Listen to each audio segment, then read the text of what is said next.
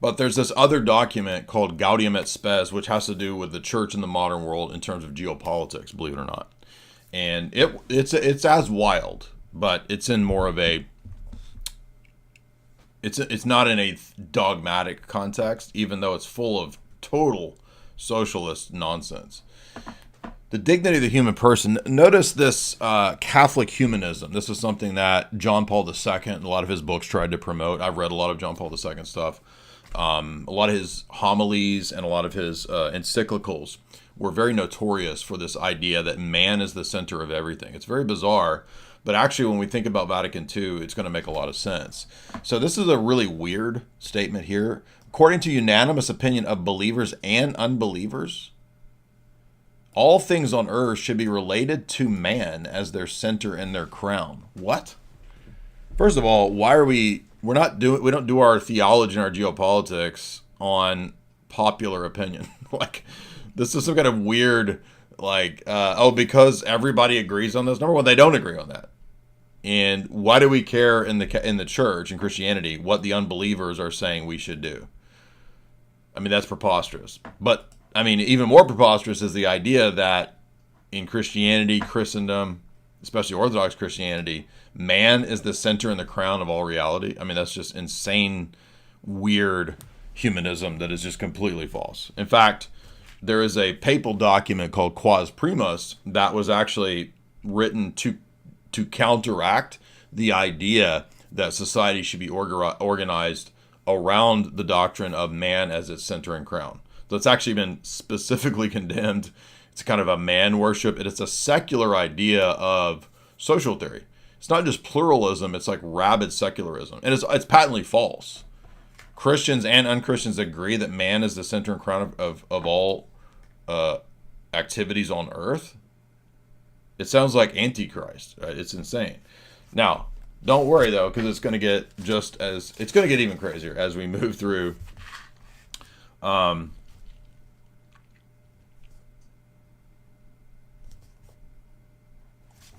This bizarre document. Let's see. There's a weird statement on conscience.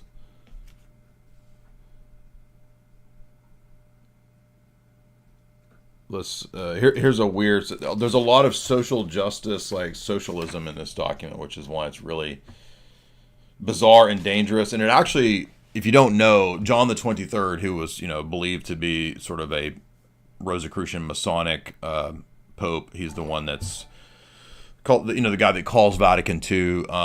There was concern at that time by the CIA that he's called the Pinko Pope, and so the CIA tried to establish a lot of discussions and alliances with him, but then they were a lot more successful with Paul VI. So Paul VI was far more closely aligned with the CIA.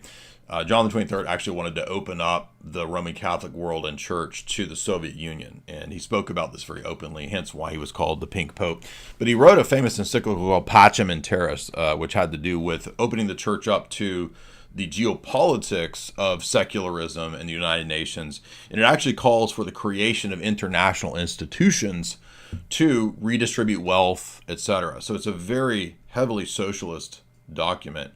And what's fascinating is that Vatican II further aligns itself in the Gaudium et Spes document, which everybody overlooks and disagrees with, or ignores, or they're not even aware of it, they never read it, is actually extremely socialist, United Nations globalist document. Here's another weird, I guess you could call this anti-colonial, sort of indigenous propaganda. Listen to this one. This is wild. It says, our era needs the wisdom of bygone ages if the discoveries made by man are to be further humanized. For the future of the world stands in peril unless wiser men are forthcoming. It should be pointed out that poor nations are rich in wisdom and can offer the advantages to the others. When a black nation is speaking, you sit in silence.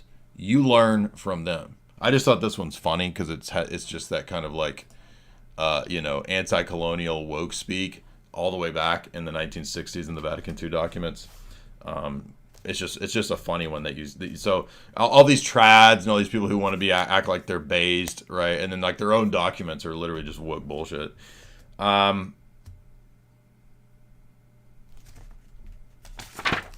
the next weird statement, let's see what the next weird one is.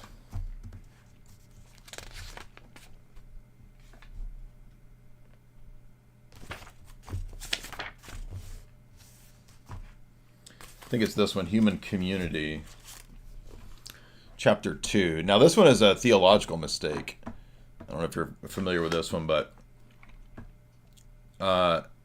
this one's very subtle, but I want you guys to look for the theological error on, I'm not going to say what it's on, and I want you to see if you can figure it out, paragraph 24.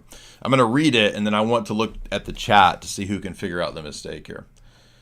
God, who has fatherly concern for everyone, has willed that all men should constitute one family and treat one another in a spirit of brotherhood. Well, first of all, that's actually not true, because the church is the restored new humanity.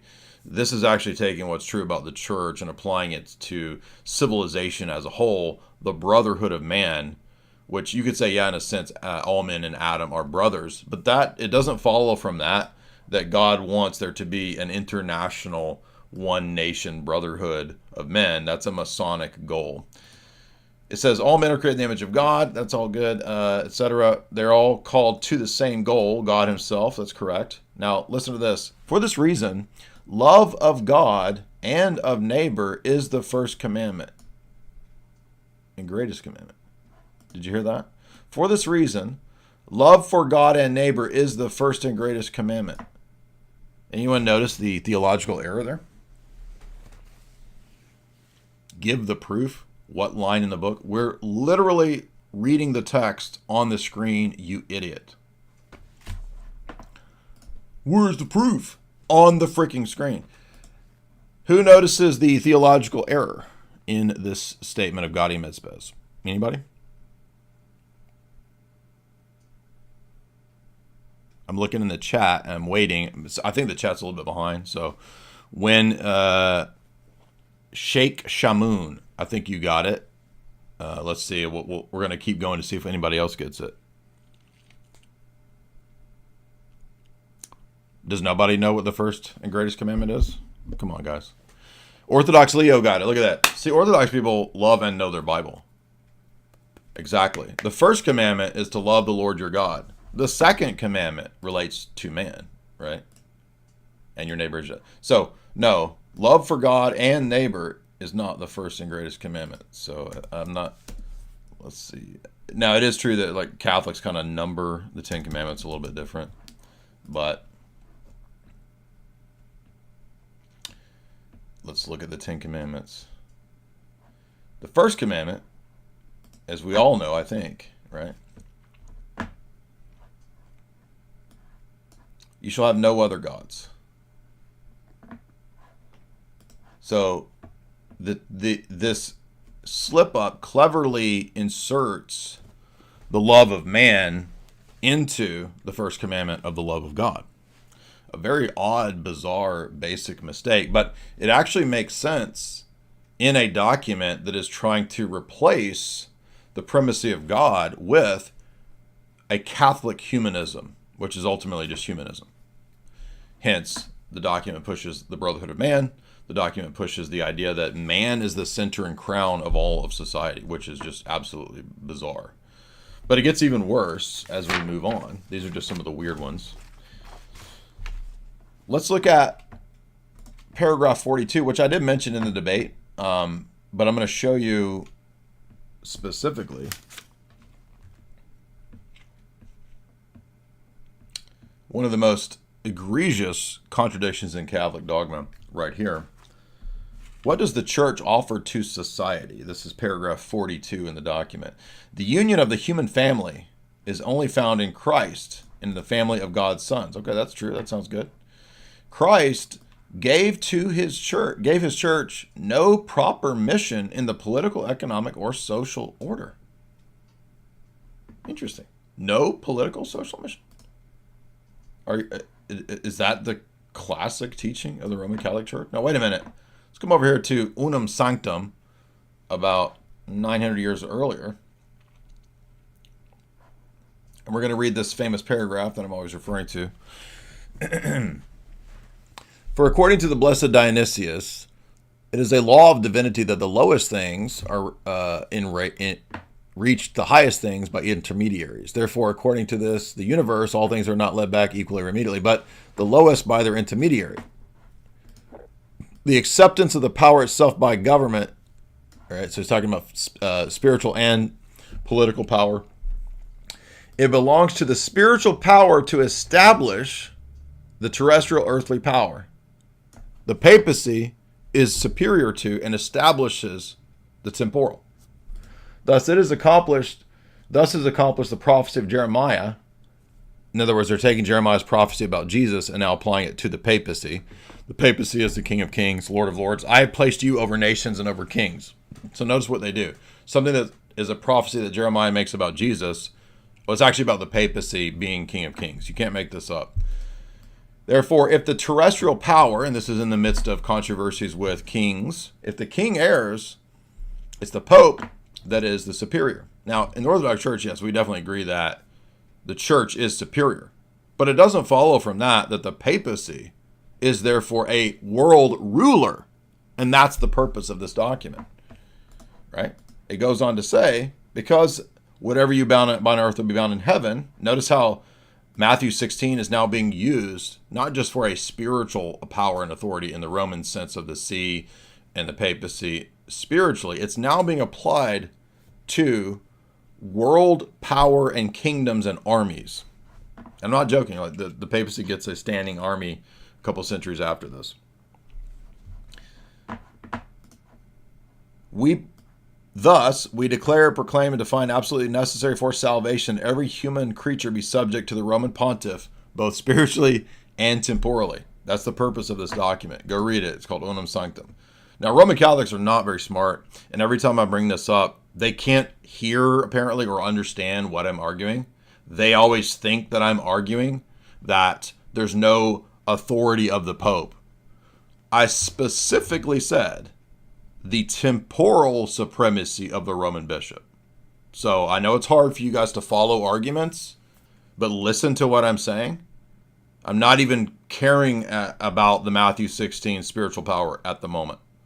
Let's set that aside, whatever you think about it. I'm making a specific argument separate from that about that you must also accept that the Pope is a world emperor to be saved. That is what this document is arguing. And that continues all the way up into the time of Pius IX, the Vatican I, in the syllabus of errors, where it is condemned at that time as well that you can't reject. If you reject this document, it's condemned, or this doctrine of temporal supremacy. It is a condemned idea. Is everybody following me? This shouldn't be that controversial. And if you want me to get the syllabus of errors out, I can. I can tell you which one it is. I cited it in the debate. Here, I'll get it because I know people in this audience are just too stupid.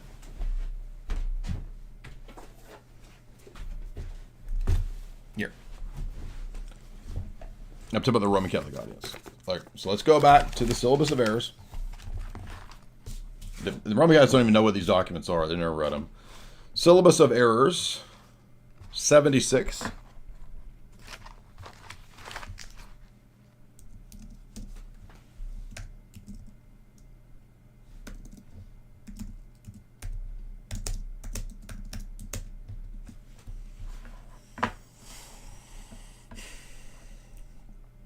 This is Pius IX in 1864, so we're basically 900 years ahead of the original Dictatus Papae statement, and then we're, 600, 500 years later after Unum Sanctum in the 1300s.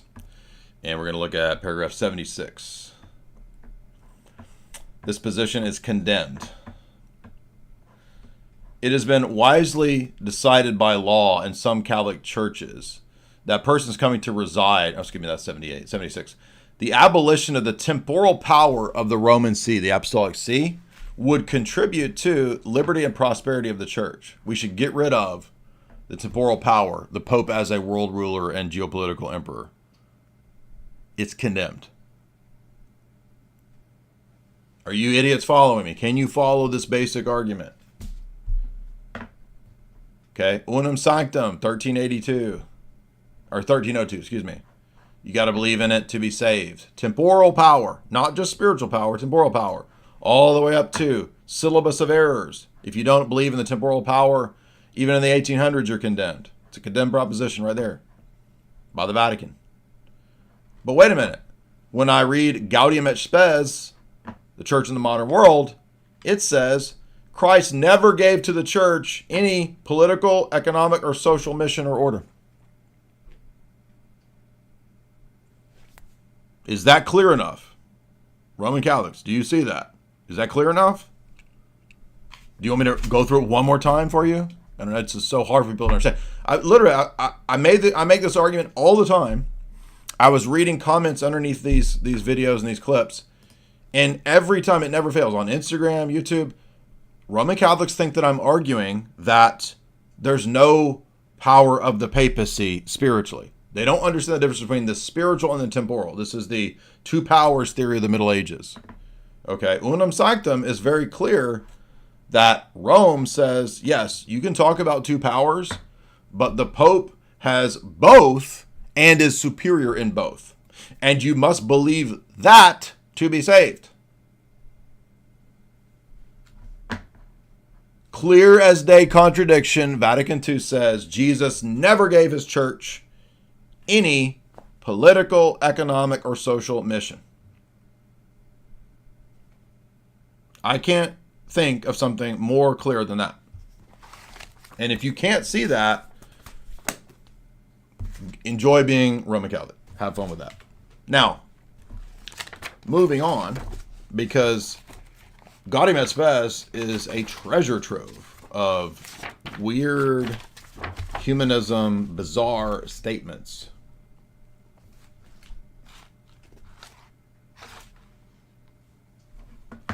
Let's look at another one of these in paragraph 53. And you're going to notice this trend of humanism that we already saw. By the way, this going through this also shows you the sense and attitude that Vatican II had about secular culture and de-Christianizing the Christian states. That's what this further demonstrates, which further proves a complete change in dogma on Catholic social teaching. Here's another one of these bizarre humanist statements. Man comes to a true full humanity only through culture. Well, actually, that doesn't make any sense, because you have human nature and you're a human person from the womb. You're not a potential person. That's a bizarre language, because usually people that believe that you're not a person until you're a certain age, which is what people who are pro-abobo argue. That's a pro-abobo line of argumentation, if you're not familiar. That is, through the cultivation of the goods and values of nature.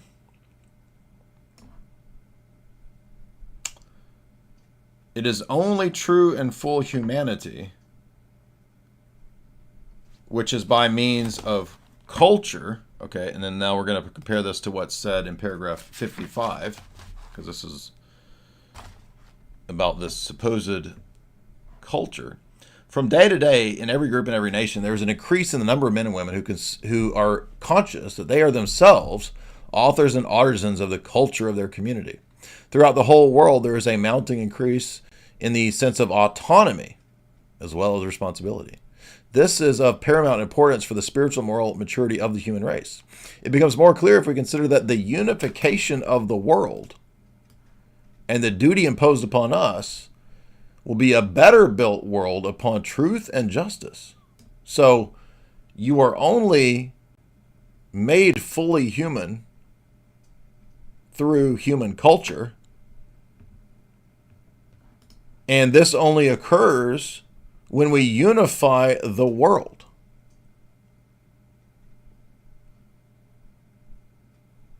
Interesting. Now, what is this all about? Well, in paragraph 55, thus we are witnessing the birth of a new humanism. Exactly. NWO talk. In other words, remember the French Revolution? All the philosophe verbiage This is French Revolution Masonic philosophe verbiage, if you've read those texts, and I have studied them in grad school. Did you not hear me multiple times say it's a new kind of humanism? What does the text say right there? A new humanism is born. One in which man is defined first of all by responsibility to God? No. Remember what we saw about the rewording of the first and greatest commandment? What was the rewording? Responsibility first of all to other men. You're only fully human, you're only fully a man. Your number one responsibility is to the society of man. That is straight up socialism and Marxism right there. That's Marxism, Socialism 101. You achieve your full maturation as a person and as an individual in the collective because you're responsible to the collective. The number one responsibility that you have in this new humanism isn't to God with the rewording of the first commandment. It is to what? To all other men, to humanity. Wow. Man, the autonomous author of his own culture. Wow.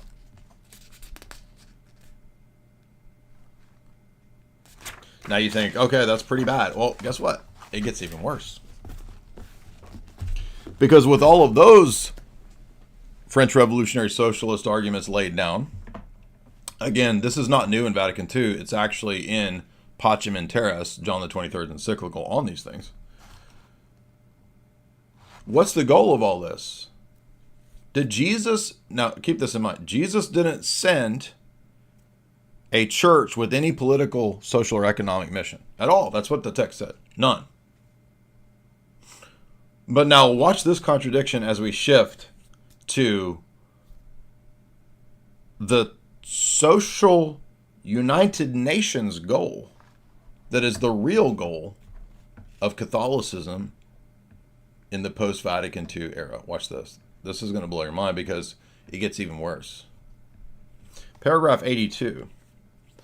Remember, the church has no social, economic, political goals, but now we have the goal of the outlawing of all war. Yes, you heard me right. The text that I have, which is not, it doesn't have all of the headings. The actual headings in the text that I have, I'll show it to you. It actually says it is time to outlaw all warfare. What? In the meantime, efforts have already been made and are still underway to eliminate the danger of war. On the contrary, support should be given to the goodwill of every man to do away with war. So, I thought we had no duty in the Catholic Church to political, social, and economic realms. Jesus didn't establish that. Wait a minute. But now the Vatican, as a geopolitical global institution, is ready to put aside all nationalistic differences. Oh, wait a minute. What? Notice that. Are you noticing how socialist and Marxist this document actually is? Look at the last section of 82. Watch this.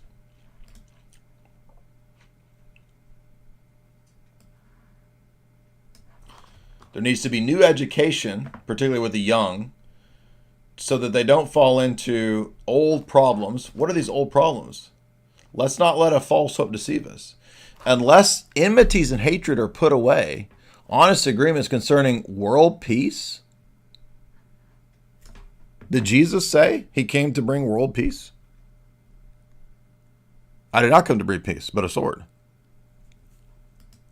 The new Vatican II Jesus, though, is a geopolitical symbol of socialist world peace and internationalist institutions. And it's explicitly going to say that here in a second. Okay, but I want you to see the actual Marxist verbiage right here. The Church of Christ does not cease to hope firmly, right, that this peace can happen. Wait a minute. I'm looking for there's a passage where it talks about getting rid of nationalism. Let me find that in the meantime. Let's see.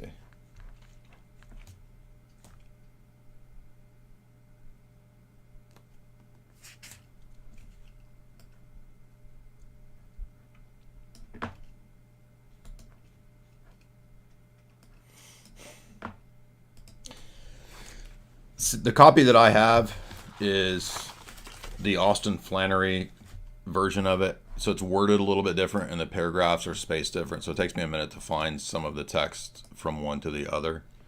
So if you see, this is my version right here, Vatican II, Austin Flannery translation. And let's see, paragraph 82. In the meantime, okay.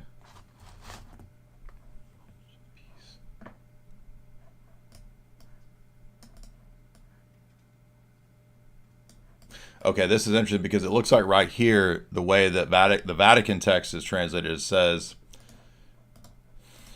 men should take heed not to entrust themselves only to the efforts of some, while not caring about their own attitudes. Government officials who must at one and the same time guarantee the good of their own people and promote the universal good are generally dependent on public opinion and feeling.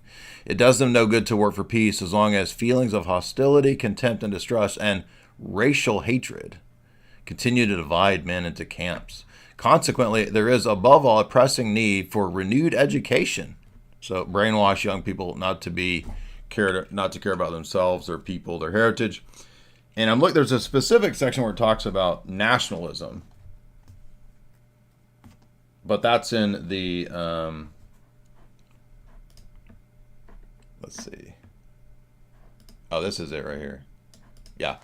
In order to, here's where I'm getting to. This is it. Section 2, setting up an international community. Look at that. International socialist goals, international socialism. Literally, you could read any of the Fabian socialist texts, any of the Marxist texts about their internationalist goals and agendas and how they speak, and it's exactly identical to this. In order to build up peace, and above all, the causes of discord amongst men, especially injustice, which foment wars, they must be rooted out. Now remember, we were just told that the church doesn't have any political and social mission, that Jesus gave it. But apparently the Vatican and the CIA and the Fabian socialists are giving it a mission. Not a few of these causes come from excessive economic inequalities. Why are there wars? Because rich nations have more money than the poor nations. It's exactly what socialists always say. Other causes of discord relates to contempt, envy, distrust, pride, egotism, etc. Thus, what's the solution? Jesus and Christianity? No. The solution is organizing together in international bodies to create international organizations for global peace and the ending of war. That's what we just read earlier.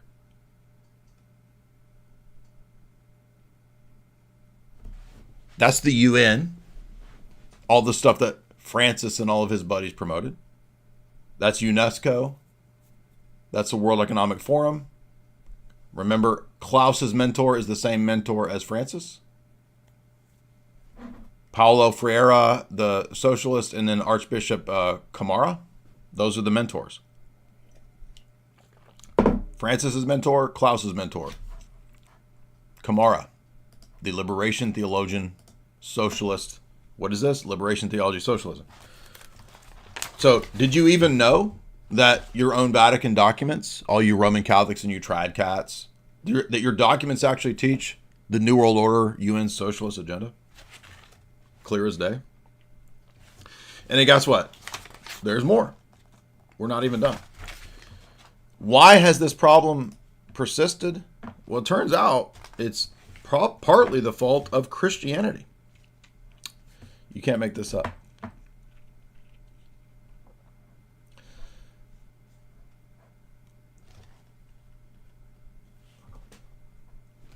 Already there exists international organizations helping the human race. Oh, thank you. Thank you, UN. They are laying the foundations for an international community, the New World Order. And Christians are helping to create this by working with non-Christians. The present solidarity of mankind calls for a revival of international cooperation in economics. International monopoly capital socialism. That's what this is. Now that all people have become autonomous, this unification is becoming difficult. The development of a nation depends on financial aid. Interesting.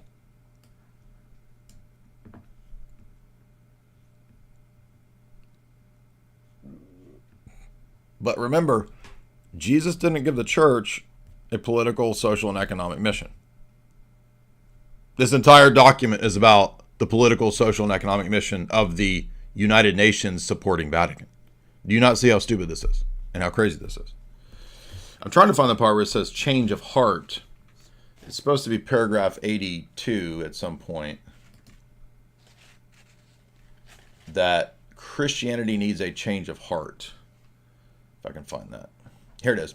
Indeed, we all need a change of heart regarding the world and the better unification and unison of the human race. So Christianity got it wrong for all these years. It needs a change of heart. What do you have obligations to? Turns out your obligations are to the international community. Again, everything this document has been saying over and over and over.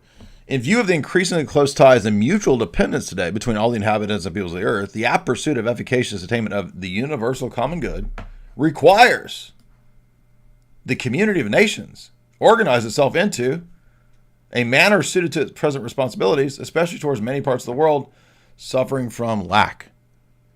If you're a wealthy nation, you are not helping and supporting humanity. You owe all of your money to the poor nations because of, why? Jesus and socialism. I mean, if you don't see a problem with this, I thought you guys were against the New World Order. This is the New World Order right here, okay? It is the United Nations and the Vatican has many, many times over said they like the United Nations. In fact, the Benedict the 15th was a supporter of the League of Nations. So it's not like this is some new post-Vatican II thing. Pope Benedict the 15th, if you have the Oxford History of the Popes, read his entry. It talks about him being a huge supporter of the League of Nations, which was a Fabian socialist agenda on record, as we've covered. This is also a Fabian socialist agenda. If you can't recognize it, I don't know what to tell you. Last paragraph of 84 is really wild. Watch this. Already existing international and regional organizations are certainly well deserving of the human race. In other words, the UN. What do you think he's talking about? The UN, the Fabian socialist organizations, that's the only ones that exist. That's what they're talking about. UNESCO. These are the first efforts at laying the foundation of the international community of all men working together to solve the problems of the human race, to progress everywhere, and to get rid of war. Again, did Jesus say he came to bring world peace? Or a sword? In all of these activities, the Roman Catholic Church takes joy in the spirit of brotherhood. Again, Masonic gibberish speak.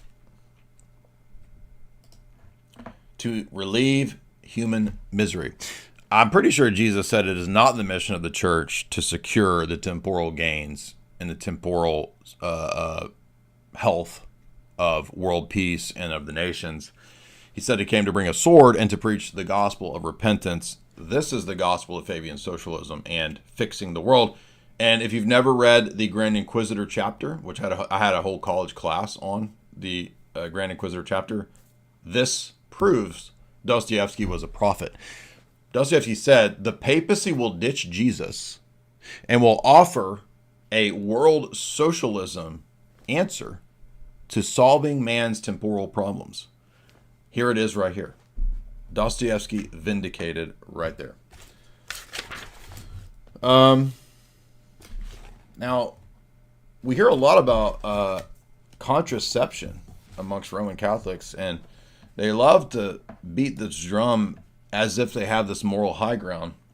I thought this is an interesting statement that doesn't really make sense with their moral high ground, because the last paragraph of 87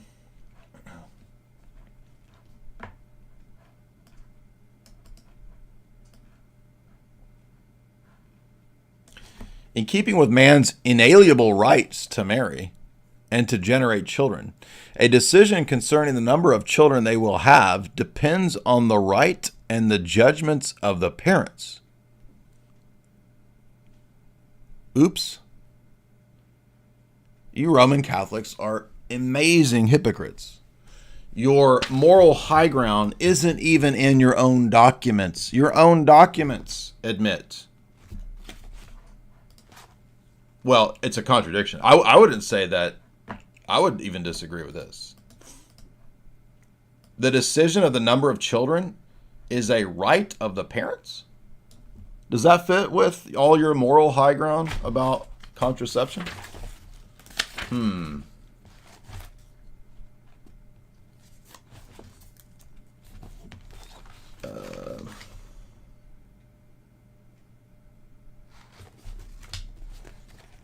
All right. Now there's more, but those are the high points of Gaudium et Spes, which is a document nobody ever covers.